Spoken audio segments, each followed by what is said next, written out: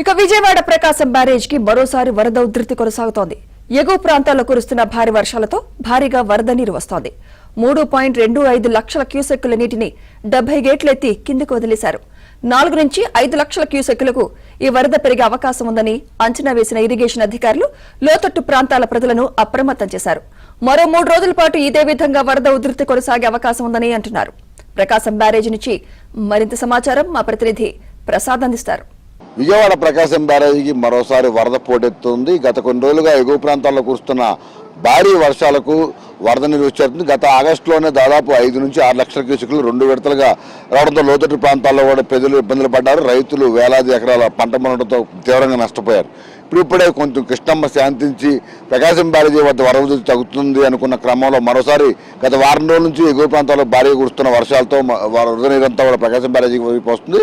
దీంతో ప్రస్తుతం ప్రకాశం బ్యారేజీకి సంబంధించి దాదాపు 25,000 క్యూసెక్కుల వరద నీరు ఈ రోజు ప్రకాశం బ్యారేజీని దాటి రావడంతో మొత్తం 70 గేట్లు ఎత్తి కిందకి విడుదల చేస్తూ ఉన్నారు. ఇందులో కేవలం 10,000 క్యూసెక్కులు మాత్రమే కెనాల్స్కి విడుదల చేస్తున్నట్టు కూడా అధికారులు ప్రకటించారు.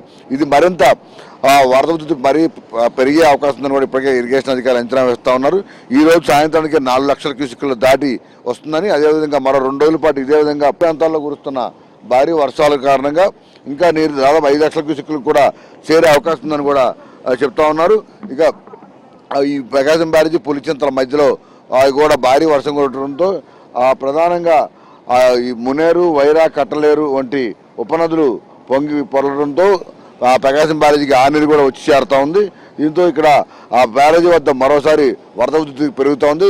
అధికార యంత్రాంగం కూడా అప్రమత్తమై ప్రకాశం బ్యారేజీకి ఎగువన దిగున లోతట్టు ప్రాంతాల ప్రజలనైతే హెచ్చరిక జారీ చేస్తుంది. మైకుల ద్వారా ప్రచారం చేస్తూ లోతట్టు ప్రాంతాల ప్రజలు అప్రమత్తంగా ఉండాలని, ఎటువంటి ఇబ్బందులు వచ్చినా వెంటనే అధికారులకు సమాచారం ఇచ్చి పునరావాస కేంద్రాలకు తరలించే విధంగా కూడా ఏర్పాట్లు చేస్తూ ఉన్నారు. అది ముందస్తు జాతీయ ఎస్డీఆర్ఎఫ్, ఎన్డీఆర్ఎఫ్ సిబ్బందిని కూడా రంగంలో దించి మరోసారి 24 గంటలు వారు విధుల్లో ఉండే విధంగా కూడా ఇప్పటికే ఆదేశాలు కూడా జారీ చేశారు.